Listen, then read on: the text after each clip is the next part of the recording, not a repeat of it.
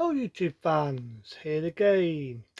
And now I remember doing Buttman Sucks Forever. Remember me doing that? Now what I didn't do was stole the comparison of what it originally was going to be. And I remember saying that. So I figured what the hell, let's do it. Let's do it. Originally, it was going to be, oh no, it was going to be directed by Tim Burton.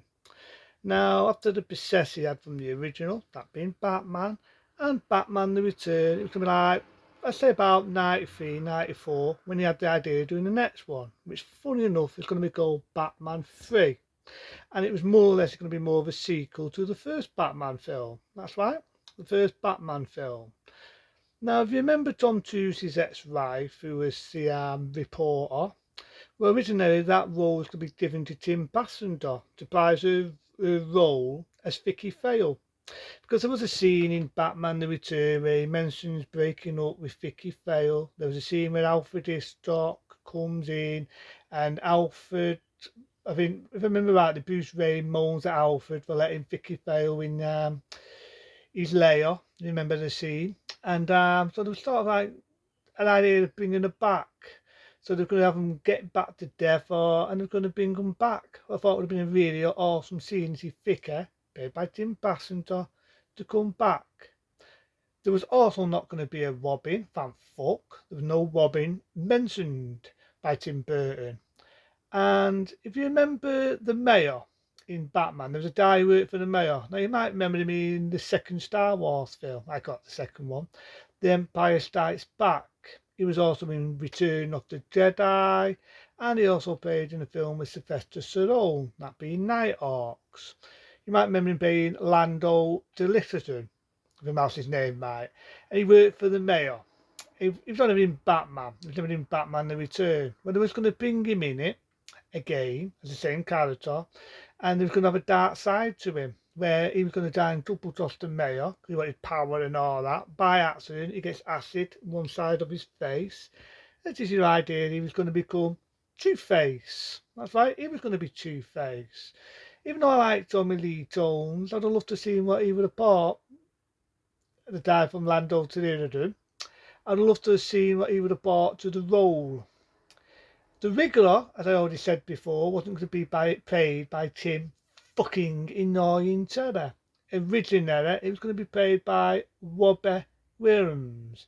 That's right, it was going to be played by Robbie Williams. You know, Mock and Mingy and all that. May he rest in peace. The Mock and Mingy, as I say, Robbie Williams, is a funny man. He's a very, very funny man, but he's also a good actor. A better actor than Tim Terror. And I would have loved to have seen what he would have brought to the role had he would have played the Wriggler. I would have loved to have seen it. And again, it would have been played by Michael Keaton. But because, as we all know, McDonald's was having a rings fest. They didn't like the idea of it, of the fucking last Batman film when it was out of fire. The Rins and Rind and Water Buffers was thinking of this and thinking about making it for the kids. They decided to get Schumacher involved. So all the ideas what Tim Burton had was stopped. They were fucking stopped. It was going to be more out of fire and got stopped. There's a scene, there's bits in it where you get Tim Burton's Tootsies, which is sadly deleted out. A big scene where you see a lung Bruce Wayne seeing a big bat deleted out. A scene where you've got bloodstains on the wall, which Sam, remember that, the Wriggler written in his own bloody words, deleted out because they felt it was too finger. That would have been Tim Burton's Tootsies, but because they wanted it kiddified, we never got to see the Batman. Anyone would love to see. I'd have loved to see that Batman Forever, which originally was going to go Batman 3. I would have loved to see Batman 3 how Tim Burton wanted to do it. Instead, you get fucking Robin, an annoying character. You get Tim Terror, who is more of an annoying fucking character. Now, I do like Tom Cruise's ex-wife. She's very pretty, but they make a bit of a slut. Retains her. I just said I like his wife, good actress. Tommy Lee Jones, he's good, but I'd love to see what it would have been like the other character would have played the role. And they just made it kiddified. They made it fucking kiddified. I do like the song, I'll give it its due. As I already said before, I like U2. And I think U2 would have been better with the darker version. It would have been Batman 3. I like the song. I remember saying it before, sang by Seal. Chased by the rolls on my head. Mia or something. Fun knows.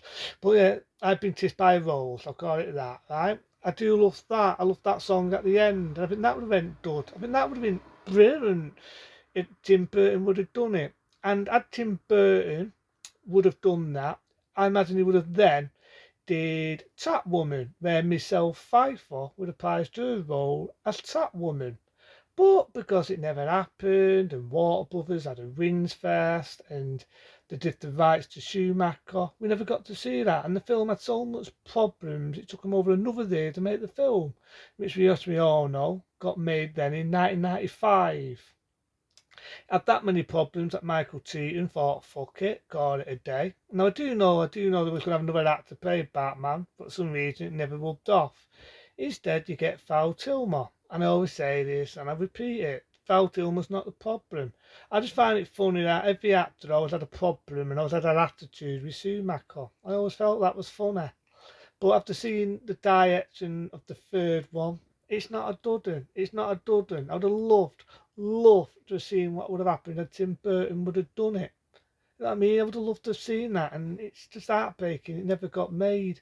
And then not long after that, yeah, McDonald's actually had the ultimate red team. They got a McDonald's deal when the next Batman film got made. That would have been Batman and Robin, which was funny because it bombed. It bombed. Yeah, they got the team, the ultimate rights. I mean, a Happy Meal for kids and a bat car. Don't leave home without it. You seen the van? You seen the van? I can't enjoy it any more than I could. But to me, Batman sucks forever. It's a missed opportunity. It's a missed opportunity. I'd loved to have seen what would have happened and Tim Burton would have done it. You know what I mean? To me, it's like Russ Hour, right? I like Jackie Chan. I just can't stand the fucking actor that played his partner in it. And yeah, I've already seen what would have happened and Bruce Lee would have left and he appeared in Russ Hour. And he'd make it too much comedy. You'd have Jackie Chan and Bruce Lee as Jackie Chan's partner. You know what I mean? Or you have Bruce Lee and Jackie Chan as Bruce Lee's partner. Imagine how that would have been. If that would have been made and Bruce Lee would have left. So you got Jackie Chan as Bruce Lee's partner, a bit like Lethal Weapon, and basically kicking ass. You know what I mean? That would have been fucking awesome, but you know, that's just me having a wet dream of what I'd love to see Russ Howard to be because I like Jackie Chan. I don't like the one that played his partner in Russ Hour. I think he was fucking irritating. So that's what I think about Tim Terry. I think he's fucking irritating.